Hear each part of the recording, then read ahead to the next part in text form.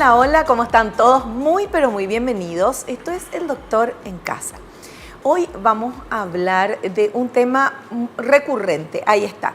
El tema de qué pasa cuando hay poco hueso disponible.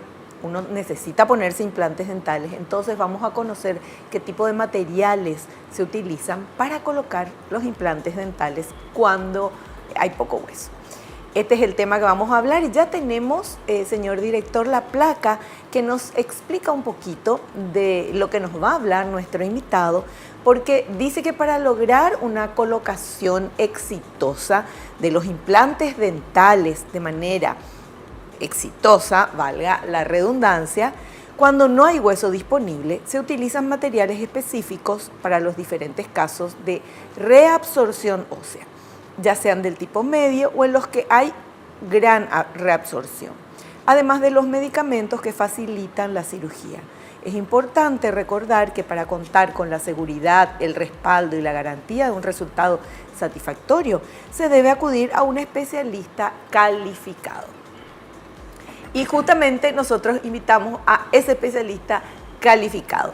Él es odontólogo, máster en implantología oral avanzada por la Universidad de Sevilla, España. Realiza tratamientos de periodoncia, implantes suizos, cirugía oral, sedación consciente, experto en casos complejos donde no hay hueso disponible, que es lo que vamos a hablar ahora, y especialista en implantología oral por el Círculo de Odontólogos del Paraguay.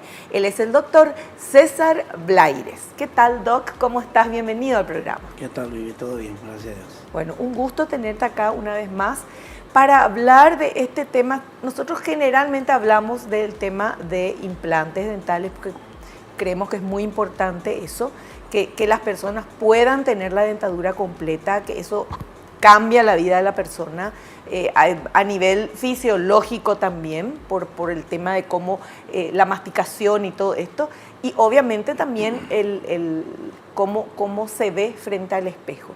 Ahora, hoy queremos hablar de cuando una persona hace mucho tiempo ya que perdió estas piezas dentales y obviamente el hueso se va reabsorbiendo.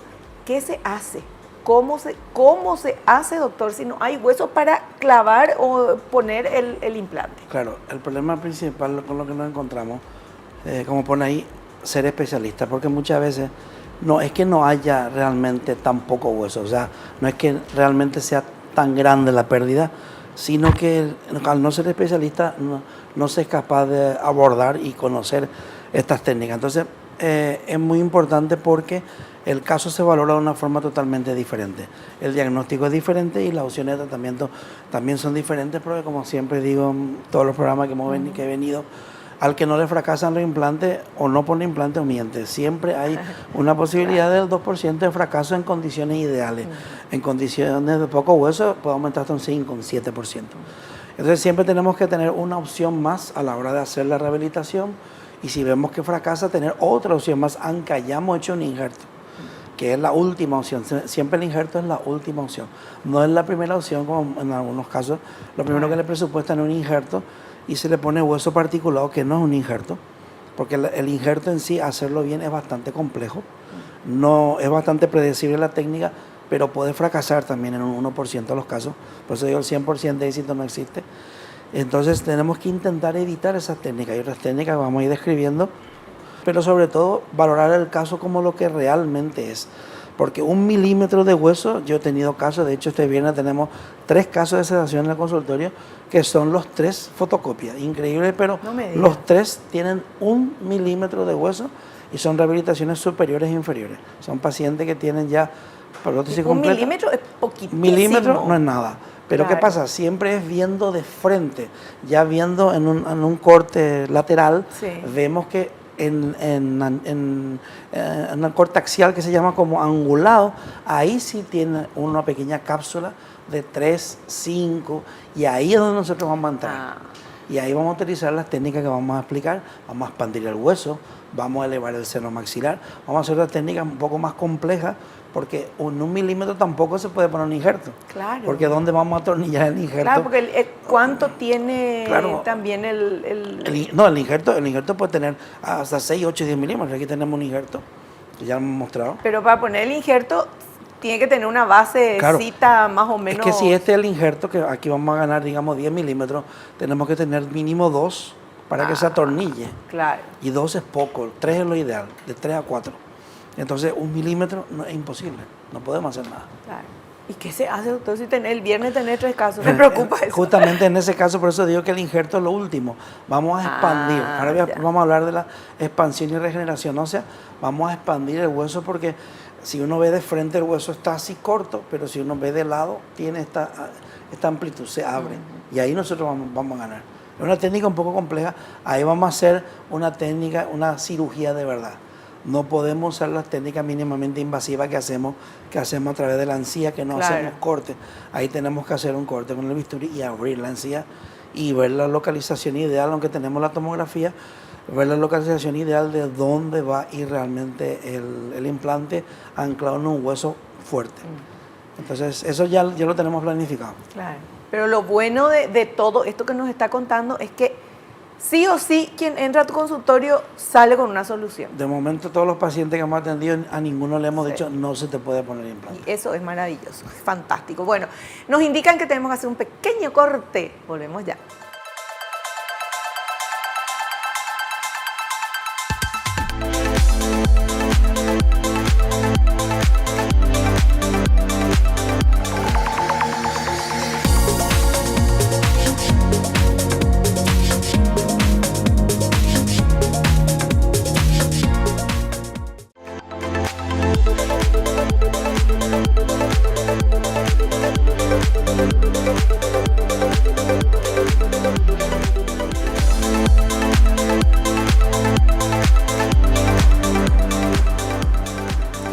Ahora sí, ya vamos a ir viendo los materiales y el doctor nos va a explicar cómo se hace cuando no hay hueso disponible y la persona necesita implantes dentales. El tema hoy es materiales para colocar implantes. Ya nos estuvo explicando un poquito al inicio y vamos a ver, doctor, podemos ver ahora el primer material y nos explica después, ¿sí? Vamos con ese primer material, por favor. Hueso particulado para casos de expansión y regeneración ósea. Se utiliza para expandir el hueso cortical, que es el más denso o de mayor dureza. Se realiza esta técnica porque el hueso disponible es de mínimo 1 milímetro de ancho, consiguiendo aumentarlo hasta 5 milímetros, logrando así el hueso necesario para colocar los implantes dentales con seguridad.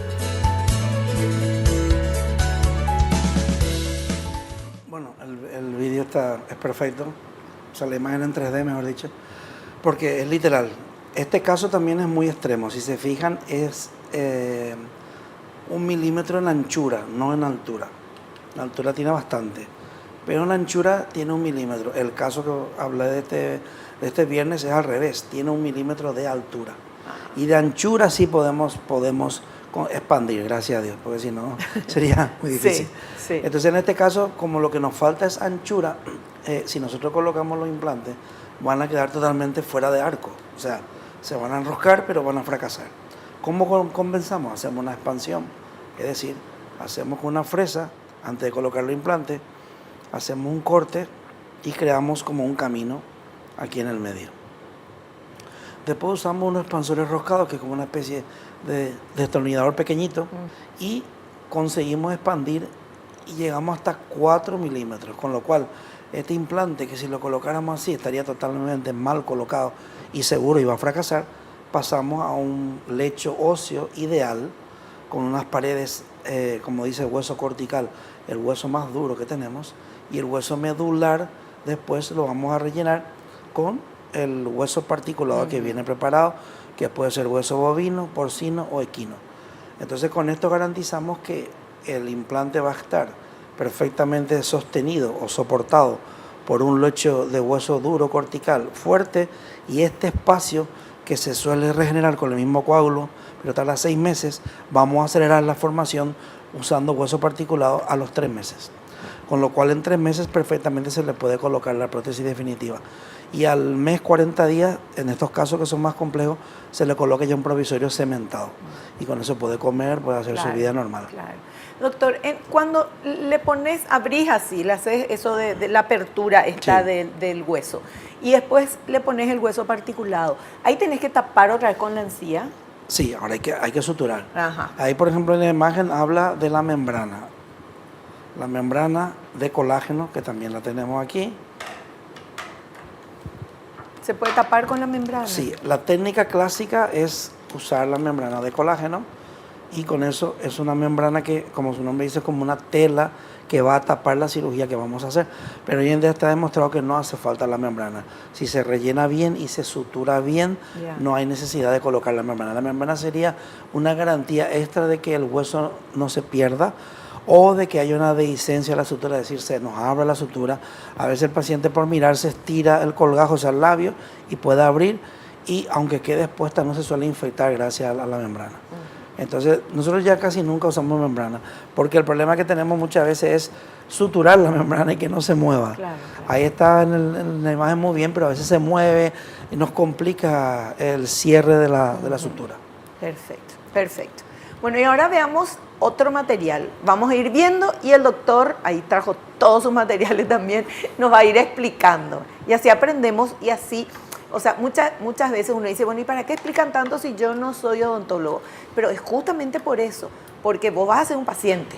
Entonces, para saber todas las técnicas y cuando el odontólogo te diga, te voy a hacer tal cosa, vos ya sepas, tengas una noción de cómo se hace y en qué casos se utiliza. Veamos este otro material. Hueso en bloque para injertos heterólogos. Se utiliza cuando no hay hueso en altura y o anchura, o cuando falta hueso en alguna de las paredes donde se colocará el implante. Se puede poner con diferentes técnicas, como la llamada tienda de campaña, donde se sujeta el injerto con tornillos de titanio y se difiere la colocación de implantes a los 6 meses. También se puede colocar directamente el injerto con el implante como soporte, colocado como tornillo de sujeción, evitando la espera de 6 meses y una segunda cirugía. Esa segunda opción es la que más nosotros hacemos. Porque la primera opción, el problema que tiene primero, tenemos que hacer la cirugía, como vimos en el video, tenemos que abrir, colocar el injerto, sujetarlo con chinchetas, unos tornillos pequeñitos, volver a suturar y esperar 6 meses a que el injerto esté totalmente unido al hueso del paciente. Ahí hablan de hueso heterólogo, también tenemos hueso autólogo. No se habla mucho ahora, hay gente que sí lo sigue haciendo. Es una técnica muy cruenta, una cirugía muy grande. Se saca del mentón o se saca del ángulo mandibular. Pero ya es una segunda cirugía que le hacemos sufrir al paciente. O sea, le sacás un pedacito de su hueso de algún lugar. Modelamos el hueso, que es un hueso muy duro de trabajar, y ese lo usamos como injerto, que es bastante complejo de unir. Dios mío, sufrimiento total. Pues esa es la técnica clásica. Gracias a Dios ahora tenemos los injertos que ya vienen preparados, que sería que este es equino, y una vez que se hidrata se queda como una masilla que podemos modelar y recortar con una tijera y colocamos el implante como nosotros queramos, donde queramos, a la altura que queramos. Esta es una gran ventaja. El otro sistema era muy complejo, la verdad. Entonces, cuando hacemos esta técnica, lo que pretendemos es no hacer la tienda de campaña, que es levantar todo un colgajo, o sea, una encía completa para cerrar. Ahí sí hay que poner membrana, sí o sí, porque si se pone el injerto, se va a infectar y va a fallar. Hay que colocar membrana, hay que sujetar. Pero nosotros con la técnica que hacemos, cuando tenemos un defecto, por ejemplo, como en un arco, que es lo más normal, antes de colocar el injerto, hacemos un camino en el hueso donde va a ir enroscado el implante y perforamos a su vez el injerto con la cabeza del implante. Entonces, este sería un implante de lo que nosotros usamos, que son implantes monobloc. Entonces, este implante, lo que hacemos es que a este injerto le hacemos un caminito para que el implante sujete el injerto y a su vez penetre en el hueso. Entonces, el mismo implante hace de soporte para el injerto y se conecta al hueso del paciente. O sea, ya le pones el implante con ese hueso. Con ese hueso. Entonces Ya. se une ya directamente y no tenemos que esperar que se... Qué bueno. Claro, y esperamos 3 meses, lo Ya, habitual. Claro. Y el resultado es excelente. Tenemos muchos casos así y funciona muy bien. Entonces nos ahorramos la segunda cirugía, nos ahorramos el tener que esperar que pueda haber una infección porque se quedó el descubierto el injerto. En este caso no pasa, porque el mismo implante está sujetando el injerto. Claro. Entonces simplemente suturamos y ya está. O sea, Fantástico. simplificamos bastante la técnica. Claro, claro. Y doctor, usted es implantólogo. Sí. Bueno, además de todo lo que dije, que es verdad, pero ahora que estamos hablando de implantes, ¿cuántos años de experiencia tiene? Yo tengo 30 años, 33 años como odontólogo, pero 30 como implantólogo. Yo empecé hace ya muchísimo tiempo, cuando la implantología no es lo que es hoy, no era lo que es hoy en día. Era bastante más compleja, había que saber Más mucho, cruenta más también, cruenta, ¿verdad? había que saber mucho de cirugía, había pocas técnicas, muchos casos no se podían hacer. O sea, directamente no te podemos poner implantes. Los injertos no eran estas técnicas que estoy hablando del autólogo, del injerto autólogo del mismo paciente, tampoco se había desarrollado bien. Salieron muchos aditamentos supuestamente para resolver y dieron muchos problemas, muchos fracasos. O sea, era mucho más directo, o se podía o no se podía. Ya. Con el tiempo, gracias a Dios, ha ido evolucionando y cada vez la técnica es más simple, es menos agresiva, que es lo que buscamos siempre, y mucho más predecible. Entonces, eso también te da la formación, te dan los años de experiencia, Claro. pero es una especialidad que nunca se termina de aprender. Hace poco tuvimos un caso complejo con 2 pacientes y no sabíamos qué es lo que estaba pasando. La encía le molestaba, se le inflamaba de repente la encía. No sabíamos qué estaba pasando, nunca lo había pasado. Y viendo un estudio de un profesor justamente de España en la universidad, dice que hay pacientes que en la saliva tienen un tipo de bacteria que le afecta justamente en la cicatrización. De Wow. 6 implantes, 2 se le inflamaron y tuve que quitarle la encía y le molestaba muchísimo, pero el implante muy bien. La encía era el problema. Claro. Le cambiamos el antibiótico, se curó, y le pasamos un pulverizador de bicarbonato que tenemos en el consultorio para desinfectar y se curó. Con un estudio experimental. O sea, Ya. por eso siempre hay que estar al día, siempre hay que Claro. leer. Yo no pierdo el contacto con la universidad donde saqué mi máster. Entonces es muy importante eso, porque nunca se termina de aprender. Claro, cada día hay cosas nuevas, hay avances, Sí. hay experimentales y después ya, ¿cómo se llama? Cuando pasa de ser experimental a hacer... Sí, hace una realidad. Uno Sí. es en prueba, digamos, y otros son ya, se llaman metaanálisis, que es cuando se confirma. Cuando se habla de metaanálisis se habla de, por ejemplo, tenemos un implante de una marca conocida o un sistema universal y después tenemos la marca o el sistema que vamos a usar. Claro. Entonces tiene que comprobarse que la sistemática es la misma y ahí se comprueba el resultado final. En el caso de esto que estoy comentando, Sí. era un estudio muy pequeño porque es muy raro que pase, muy raro que pase. ¿Y te pasó a vos? A mí me pasó, por eso se hizo y a mí en 30 años nunca lo había visto, jamás vi eso. Además, coincidía que no fueron grandes cirugías, fueron cirugías todas mínimamente invasivas a través de la encía, con un poco de anestesia, los pacientes salieron súper bien y a la semana empezaron a notar, no le dolió nada y a la empezaron a notar Que dolores se en la inflama. encía, inflamación terrible, no podían tocar, rarísimo, o sea, un caso rarísimo. Le hicimos otro tipo de pruebas y hasta que por eso busqué el estudio experimental Claro. y fácil solución. Qué Fácil genial, solución. qué genial. Doctor, ¿por qué antes, ya tenemos que ir al corte, pero ¿por qué antes usaban dientes de oro? Hace muchísimos años, pero famoso era y la gente estaba muy orgullosa de sonreír y que tener sus dientes de oro. Claro, ¿Eso por qué era? Claro, porque orgulloso era por era un estándar de riqueza. Sí. Porque yo me puedo poner dientes de oro. Y el oro fue el primer material que se utilizó porque es bastante maleable a la hora de confeccionar y de modelar y el ajuste. Y después también es bastante biocompatible. ¿Pero eso eran los implantes? No. O sea, Las coronas, las coronas, la pero prótesis de de un implante. no. Solamente lo que veías por fuera podía tener oro. El implante siempre No, fue de no, ya titanio. sé, pero la persona que se ponía eso necesitaba un implante y entonces O- después la corona se ponía O sobre de tu oro. diente. En vez de ser una corona normal de metal cerámica, se ponía de Mira oro, vos. todo oro. Ya. Sí. Y ahora se usa con brillantitos. También se puede que poner. se pone así tipo adornito. Sí, se puede poner encima del diente, no hace falta Sí, una corona. sí. También se puede hacer. Bueno, de todo. Vamos a hacer un corte y volvemos ya.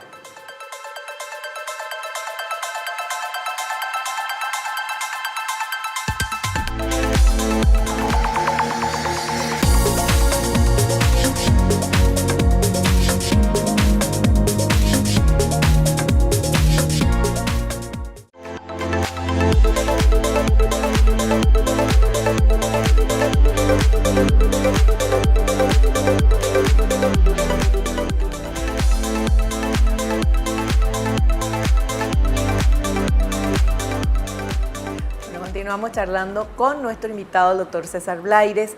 El tema, el que está acá, materiales para colocar implantes dentales con éxito si hay poco hueso. Generalmente, doctor, después cuánto tiempo de haber perdido una pieza dentaria se reabsorbe como para decir, bueno, hay poco hueso? Bien. ¿Cuántos años tiene que pasar? Puede ser, como ya he dicho otras veces, que a la hora de hacer la extracción no se hayan preocupado en hacer una extracción traumática, han extraído, porque hay veces hay premolares, hay molares que son muy duros y si no se parte la tabla no se pueden sacar. Y entonces se ha hecho una fractura total de la tabla y se queda como un arco. Entonces ahí ya perdiste bastante hueso y te va a hacer falta un injerto. Claro. Después hay otras veces con el tiempo de dentado total o parcial, que por ejemplo la parte de arriba no tiene ningún diente, como llevo usando la prótesis completa, va presionando el poco hueso que queda y va desfigurando y va dejando cada vez menos hueso. Pero no hay una edad, digamos, tiene que ser 70 para no tener hueso. Hay pacientes que tienen 60, por ejemplo, lo de este viernes, vuelvo a recalcar, tenemos uno con 60 años, otro con 40 y tantos años y otro con 50 y tantos años. O sea, pero están en esa franja. O sea, tampoco hay una edad, pero lo que sí marca es que llevan 20 años sin dientes. Eso digo. Llevan mucho tiempo. ¿Cuánto tiempo sin dientes ya se reabsorbe tanto? Suelen llevar mucho tiempo usando prótesis prótesis completa. Después de 5 años todavía uno tiene... Sí, después de 10 años... Sí, yo creo que con 20 años cuando se quedan con ese nivel tan bajo de hueso. Claro. 20 años tiene que ser. Y eso generalmente pasa cuando los dientes que se perdieron son las muelas que están hacia atrás, que no se ve tanto, ¿verdad? Sí, pero entonces tendría la pérdida solamente en la parte posterior. Si tenés delante, se va a mantener. Claro. Siempre donde hay dientes, se va a mantener. Ajá. Hablamos de desdentado total. Sí. O sea, que no tiene ni un diente, por ejemplo, en la parte de arriba. Normalmente empiezan así, después la de abajo también, o viceversa. Claro. Y terminan no teniendo nada. Doctor, pero entonces, si uno pierde los dientes, algunos dientes, y te quedan otros, ¿no se reabsorbe el hueso? ¿Dónde están los dientes? Ah, que te claro, quedan? No. donde están los dientes. Donde perdiste, sí. Ya, Por eso va a ver la concavidad. Ya. Ahí se va a ver. Perfecto. Bueno, seguimos charlando y averiguando un poquito sobre este tema. Tenemos otro material que, entre paréntesis, qué buenos son los materiales que nos prepara el equipo de producción. Veamos, por favor. Membrana de colágeno reabsorbible. Es un material utilizado para cubrir y proteger los biomateriales usados en la cirugía, como el hueso particulado o los injertos en bloque heterólogos, de origen bovino, porcino o equino. La membrana se reabsorbe a los 3 meses de su colocación. El objetivo de la membrana, que es de colágeno, puede haber membranas de pericardio también, la membrana del corazón se puede sacar también, pero eso se usa sobre todo para proteger injertos grandes. Casi siempre usamos la membrana de colágeno, es muy fácil de manipular, es fina, es resistente, se puede recortar también, se puede modelar y no suele traer ningún tipo de complicación. Otra ventaja que tiene la membrana es que se puede quedar al descubierto y así todo sigue formando encía alrededor de ella. Sirve como protector, es como si facilitara la formación de la encía, de hecho por eso es de colágeno. Entonces va cerrando una herida que se quedó abierta, podemos colocar, no pudimos cerrar con la sutura porque el tejido no dio y colocamos la membrana debajo o fuera suturamos y se forma encía también. O sea, tiene muchas ventajas, pero cada vez está más en desuso, nosotros ya cada vez usamos un poquísimo la membrana. El otro día sí tuvimos un caso que usamos, pero no usamos casi nunca. Con la misma sutura tradicional, si está bien puesta, que lo que hay que verificar que el colgajo, o sea, la encía con la que cerramos la herida, esté sin tensión, uno con la pinza pueda estirar y que caiga, ¿sí? Y no se retraiga. Esa es una forma de probar, que se caiga y se queda ahí. Entonces ahí sabemos que esa sutura no se va a abrir. O sea, ese colgajo no se va a abrir, la sutura va a quedar bien y no va a haber problema. Si por el contrario estiramos y no cierra y cae, ese colgajo necesita todavía liberar más fibras para que se cierre mejor y no dé ningún problema. Fantástico. Perfecto. Bueno, y ahora tenemos otro material que habla de una técnica de regeneración y expansión ósea. Vamos a ver. Técnica de regeneración y expansión ósea. Consiste en ensanchar el hueso con unos expansores. Con esta técnica se consigue ganar hueso en sentido vestíbulo lingual, es decir, de afuera hacia adentro. Pasamos de anchura ósea de 1 milímetro a conseguir unos 5 milímetros para poder hacer la cirugía de implantes, ya que es necesario un grosor mínimo de 4 milímetros.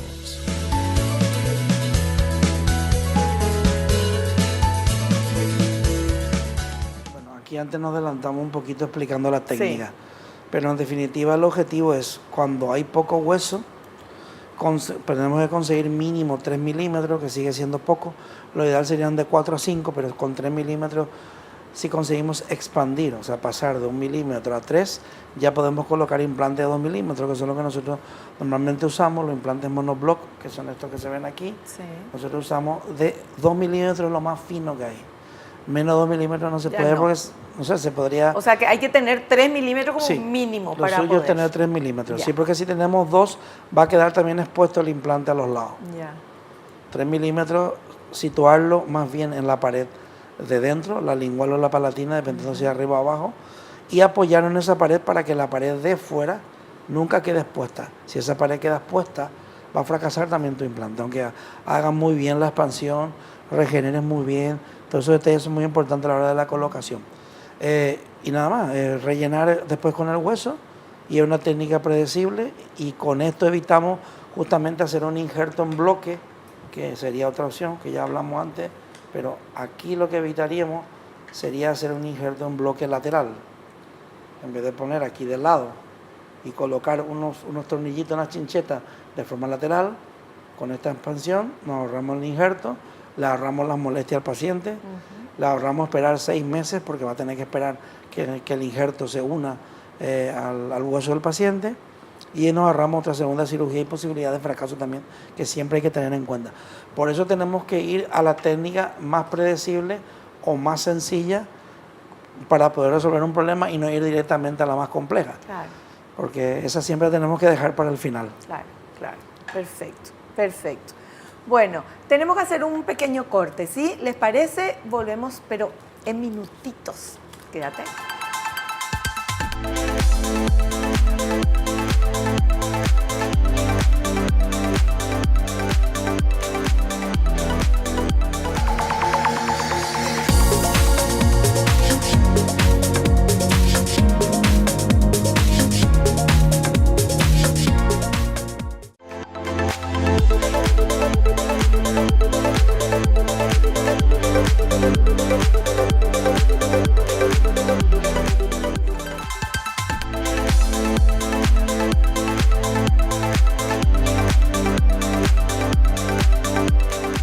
Charlando con el doctor César Blaires sobre todos estos temas, porque estamos conociendo cuáles son los materiales que se utilizan cuando hay poco hueso, entonces, y la persona necesita ese implante.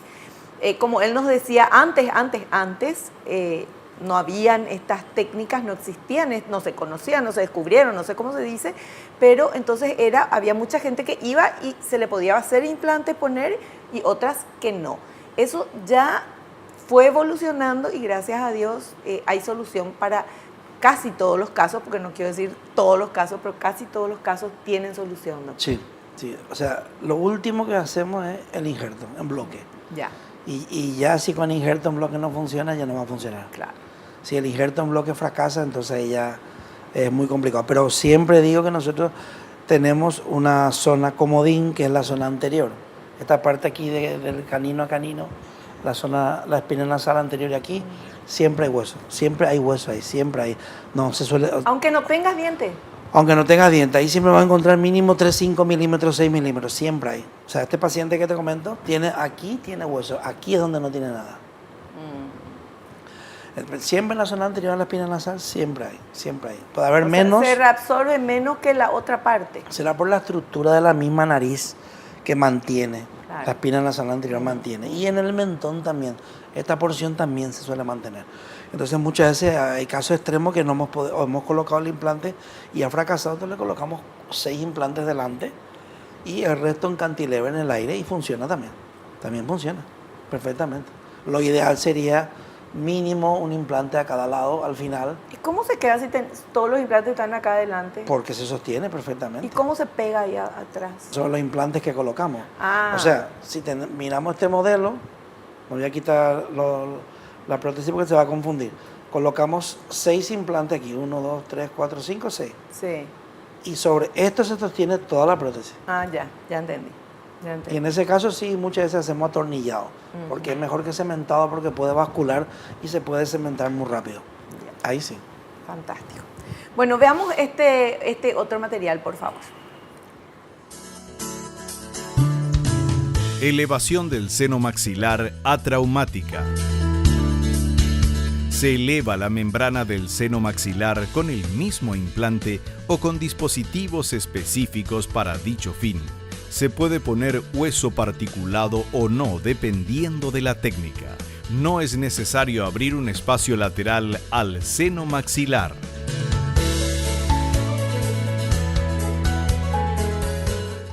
Perfectamente.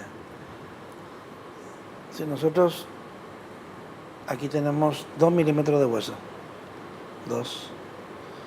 Si nosotros colocamos el implante, perforamos lo que es la membrana. Si por el contrario, antes de colocar el implante, elevamos la membrana, tenemos la membrana sana y podemos colocar hueso. En este caso sería la técnica traumática. Ponemos el hueso a través del mismo camino que tiene el implante. Y se rellena este poquito que se levanta, en este caso se ha hecho una elevación completa, y se rellena con hueso a través de ahí y se coloca el implante. Ahí no es una cirugía compleja. Pero si nosotros no elevamos, vamos a producir una sinusitis secundaria, es decir, al romper la membrana y que entre en el seno maxilar el hueso, por ejemplo, o el mismo implante, se puede producir una sinusitis secundaria, una infección, aunque el titanio es biocompatible, se produce porque se rompió la membrana, claro, sin limpiar, sin colocar una membrana de colágeno. Entonces ahora después vamos a hablar de la otra técnica que es más compleja, pero siempre tenemos que intentar elevar esa membrana 2, 3 milímetros, hasta 6, hasta 8 hay estudios que demuestran que se puede elevar, pero es muy complejo. Cuando dice elevar la membrana, es ir empujando un poquitito la membrana para arriba. Exactamente, hay, como dice ahí, diferentes dispositivos, unos que vienen preparados con un sistema de suelo fisiológico que se va haciendo presión y levanta la membrana, otros que vienen con un sistema que rompe el piso del seno y vamos elevando 2 milímetros, ponemos hueso, elevamos 2 milímetros, ponemos hueso, y cuando elevamos, por ejemplo, 6 milímetros, ahora colocamos un implante de 8, porque teníamos 2 más 6, 8. 6 milímetros de elevación de membrana es muy complejo. Es mejor elevar 4 milímetros. No se rompe ahí cuando por eso justamente se puede romper. Claro. Entonces, aunque hay estudios que se puede poner hasta 8, es un poco arriesgado. Es mejor elevar 4 más 2, 6. Tener un implante de 6 que perfectamente te va a funcionar. Claro. Y si hay duda, en vez de colocar un implante, se colocan 2 en la zona del seno y ya está. Tampoco hay más complicación. Lógicamente, tiene que haber más implantes delante, o aquí tiene que haber mínimo 2 para que soporte la fuerza. Si es solamente esa zona, lo justo que le faltan 2. Colocar en la parte de atrás un implante solo hace fracasar también el implante. Entonces, hay gente, pero me falta 1 porque me va a poner 2. Si no ponemos 2, no, pero esa ya la pieza que está atrás que no me sirve, fracasan los implantes. Claro, bueno, por sobrecarga. Eso ya lo saben las personas, los profesionales con la experiencia, sí, y especialistas en eso, evidentemente. Sí. Bueno, y ahora vemos, porque nos acaba de contar y vimos en el material cómo se eleva el seno maxilar, iba empujando un poquitito y le ponía el hueso particulado. Y ahora vamos a ver este otro material que habla de la elevación del seno maxilar con ventana lateral. Esto ya es algo de arquitectura, parece. Vamos a ver. Elevación del seno maxilar con ventana lateral. Se abre una ventana lateral en el hueso hasta llegar a la membrana del seno maxilar. Se eleva con instrumental específico. Se rellena con hueso particulado. Se coloca el implante y se vuelve a cerrar la ventana.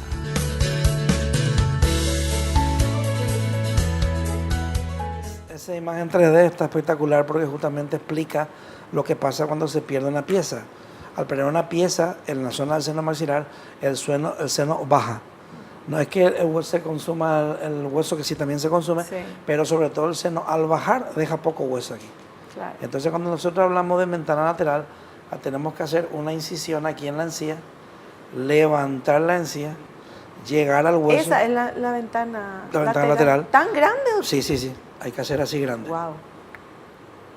Llegar aquí, levantar la encía, con una fresa quitar esta parte. Hay ya instrumento piezoeléctrico que vibra y corta, y entonces con eso garantizamos que la membrana no se va a romper, porque ahora viene la fase que se llama llamada a la puerta, se llama así, porque hay que tocar el hueso, y el hueso tiene que hacer como una resiliencia, tiene que volver, tiene que tener como una resiliencia, tiene que volver. Eso quiere decir que hemos llegado a la membrana, hemos cortado el hueso que bloquea, pero no hemos roto la membrana. Y ahora a partir de ahí, esa membrana tenemos que irla separando del hueso que está por fuera, bajando la membrana hasta que se vea este hueco totalmente sin romper la membrana. Es bastante complejo. Sí. Se tarda un poco, hay instrumento especial, se va tardando poquito a poco. Y depende del pulso del profesional pulso también. Y se va. Y si se va quitando y ya el hueso de esta tapita la dejamos fuera, dejamos vacío, rellenamos con hueso, colocamos la tapita y después suturamos y ya se queda perfectamente. Si vemos que el hueso que está aquí es lo suficientemente denso y fuerte para que el implante se pueda colocar, se coloca ya el implante. Si vemos que es blando, no se coloca, primero se rellena, se espera 6 meses y después se coloca el implante. Si colocamos, ¿y esos 6 meses está sin dientes? Está sin dientes y está sin nada. Y si podemos colocar el implante, colocamos el implante y colocamos el relleno, pero también hay que esperar 6 meses. Antes no se puede colocar ni provisorio, ni masticar por ese lado, nada, porque ese hueso se va a ir endureciendo. Ahora viene ya un hueso preparado en jeringa, que viene ya con una densidad más alta y con colágeno, que facilita que se cicatrice antes y se forma una membrana mucho más dura, más densa. Y aquí arriba solemos colocar la membrana de colágeno que hablamos antes para proteger, y aquí abajo otra membrana. Todo eso es para que esa mucosidad, esas bacterias que tenemos en el seno, no entren en contacto con la regeneración que hicimos ni con el implante. O sea, esta técnica también muchas veces viene en los presupuestos como que esto no es tan fácil de hacer. Hacerla bien es bastante complejo. Claro. Y hay que cuidar muchísimos detalles justamente para que no haya una infección secundaria, porque estamos tocando el seno. ¿Y por qué se elige esta técnica y no la anterior que nos mostró? La anterior de empujar nomás el seno. La anterior la hacemos cuando tenés de 2 a 3 milímetros. Tenés 2 o 3 milímetros y podés hacer una elevación hasta 4, te va a 6, 7. Ya. Pero imagínate que tengas 1 milímetro. Ahí se tiene que hacer. Exactamente. O intentaste hacer la atraumática y el hueso no da. Entonces directamente abrimos. Ya. Por eso se cobra igual una técnica que la otra, porque en el momento es cuando vamos a saber qué va a pasar. Hay veces que tenemos 3 milímetros o 4 que nos da para colocar un implante y queremos hacer una técnica atraumática y tenemos que pasar a la traumática porque ese hueso tampoco da. El hueso en esta parte posterior es bastante blando. Entonces nos encontramos con que no da para hacer la técnica. Claro. Sí. Bueno, entendí. Espero que ustedes también. Pero es complejo. complejo. No es tan sencillo. Sí. Y eso que tenemos el modelo, pero es una técnica muy compleja, tiene muchos pasos, muchos detalles, se tarda un poco en hacer. Yo lo que saco de moraleja de todo esto que estuvimos hablando con el doctor hoy es, bueno, uno, que hay solución para prácticamente todos los casos. Y lo segundo que creo más importante es no dejar pasar tanto tiempo cuando uno perdió los dientes, por lo que sea. Porque cuanto más tiempo pasa, el hueso se va reabsorbiendo, puede haber un montón de cosas, además de lo que significa fisiológicamente para la salud del cuerpo el no tener todas las piezas dentales, masticar diferente, si te falta acá, masticas con este lado, y todo eso hace que se modifique lo que es perfecto por naturaleza y que podemos llegar a tener otra vez si nos vamos a tiempo, para no tener problemas de la reabsorción de los huesos. Tenemos problemas de reabsorción, tenemos problemas de la técnica, de la complejidad, el coste. Claro. Todo es peor, todo es peor. Yo sé que los odontólogos no somos de la parte sanitaria los más apreciados porque la gente tiene mucho miedo a los odontólogos. Sí. Eso siempre ha sido así, por nada. Por décadas y décadas el odontólogo era considerado como un torturador. Y que torturaba, doctor. Exactamente, antes sí. Ahora hay otras técnicas. Antes sí, la verdad que era tortura, sí. No había, hasta la anestesia era mala, no servía. Sí. Te ponían y no hacía efecto, sí. me pinchó no sé cuántas veces. Y hoy no, la verdad que... Y lo de la sedación consciente es un avance grandísimo. Eso es maravilloso. La sedación es algo espectacular, los pacientes salen contentísimos. Sí. Y es una gran ventaja que hay que aprovechar. Claro. Además, evolucionó tanto, bueno, todas las ramas de la medicina, pero hablando de odontología, evolucionó tanto que hay odontopediatras. Sí. Entonces, uno les lleva a los bebés, a los chiquititos, a los niños, al odontopediatra, y tienen esa técnica de hacer que no tengan miedo. El miedo que tenemos yo me incluyo, el miedo que podemos tener los grandes, porque estuvimos en esa época que no era tan así, no había ni odontopediatra ni nada, y a lo mejor te tocaba un odontólogo cascarrabias y que te hacía tener miedo, ¿verdad? Además de que te dolía. Todo eso evolucionó, doctor. Claro, ya hay especialidades, esa es otra gran ventaja. Antes eran todos odontólogos generales que hacíamos de todo, ahora ya hay especialistas. Claro. Por eso siempre digo, busque un especialista para el tratamiento específico. Sí. Yo, por ejemplo, hago también a veces tratamiento de conducto que hacemos muy poco, y yo cuando veo un caso molar, yo lo derivo a un colega, porque es bastante complejo, no es tan fácil como la gente piensa. Me van a hacer un conducto y ya está. No, tiene su complejidad y hay que hacerlo bien. Claro. Esas 5 citas, 7 citas, eso ya está totalmente descartado. Sí. Y ahí vienen después las infecciones, las complicaciones. Y el miedo. Y el miedo. Por eso es bueno buscar un especialista. Sí, así. Me encanta. Bueno, vamos a... así ya no le tenemos miedo también a ir al odontólogo, eso es lo bueno. Vamos a hacer un corte y volvemos ya.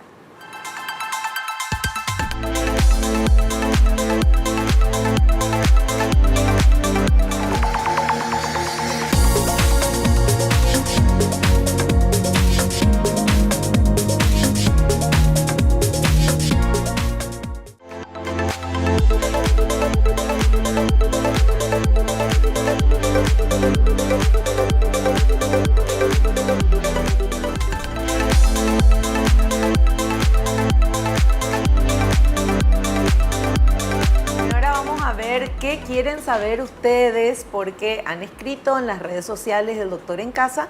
Tenemos esas consultas que vamos a ir mostrándole al doctor. Vamos con esta primera pregunta, por favor. ¿La calidad del hueso en el maxilar varía según la edad? Si no tiene piezas dentales, cuanto mayor tiempo pase, como dijimos, va a ser peor. Si tiene piezas dentales, se tiene que mantener. O sea, nosotros podemos ir perdiendo alguna que otra pieza por circunstancias. En esa zona donde perdimos se va a resolver más, pero los dientes yacientes se van a mantener igual. Es cierto que también hay resorción de la encía, de la parte de fuera muchas veces se reabsorbe, pero puede haber otros motivos, bruxismo, la alimentación, el cepillado. Pero en realidad lo que puede pasar es por pérdida prematura, ahí sí puede variar. Pero en el caso del hueso maxilar, una persona que tenga todos los dientes, ¿varía la calidad del hueso de cuando tenía 20 años, ahora que tiene 40 o cuando tenga 60? Si tiene la misma pieza, es el mismo hueso. No varía. No varía. Perfecto. Vamos a ver, siguiente consulta. ¿Se puede favorecer de alguna manera el buen resultado luego de la colocación del injerto óseo? Simplemente seguir la técnica paso a paso, es la única forma. Y como digo, hoy en día podemos colocar las membranas de colágeno encima, debemos de colocar por si la estructura o una dehiscencia se abrió, para que proteja el injerto y no se produzca una infección. Claro. Porque antes no se ponían y daba problemas. Pero como digo, el injerto es el último, la última opción, no es la primera. Perfecto. Otra consulta, por favor. Hay casos en los que se debe realizar injerto óseo en toda la boca antes de colocar los implantes dentales. Pues sí, puede pasar, sobre todo en la parte posterior, del lado izquierdo y derecho. Sobre todo se da más en el maxilar superior que en el inferior, porque el inferior sí tiene una densidad ósea bastante grande, es muy duro. Y sí puede tener pérdida ósea, pero podemos usar angulación tipo Longford de 45 grados y colocamos el implante así.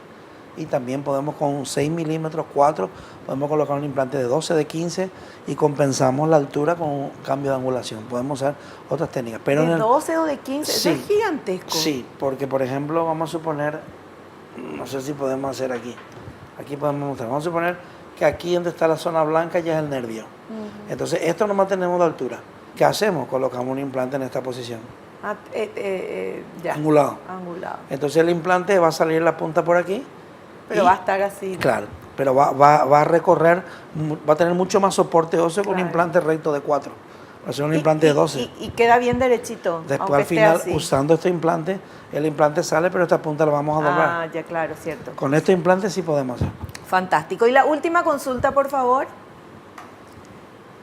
¿Es conveniente usar un implante dental bifásico o monofásico si hay poco hueso disponible? Si hay poco hueso disponible, mejor monofásico que bifásico. Porque solamente el diámetro del bifásico mínimo son 3 milímetros, no hay de 2 ni de 2,5. Entonces ya tenemos 1 milímetro de ventaja con el monofásico, que es de 2 milímetros más fino. Ya. O sea, siempre monofásico cuando haya poco hueso. Fantástico.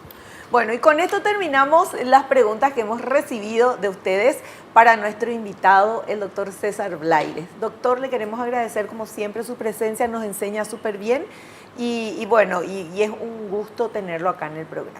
Muchas gracias, Bello. Gracias como siempre. Y hasta el próximo programa. Gracias. Nosotros nos despedimos hasta el próximo programa, si Dios así lo permite.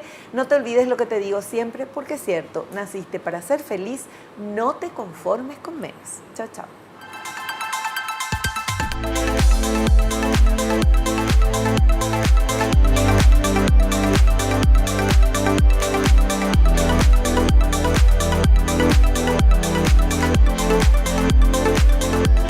La revista El Doctor en Casa presentó su programa El Doctor en Casa TV. Fue una realización de Alicante.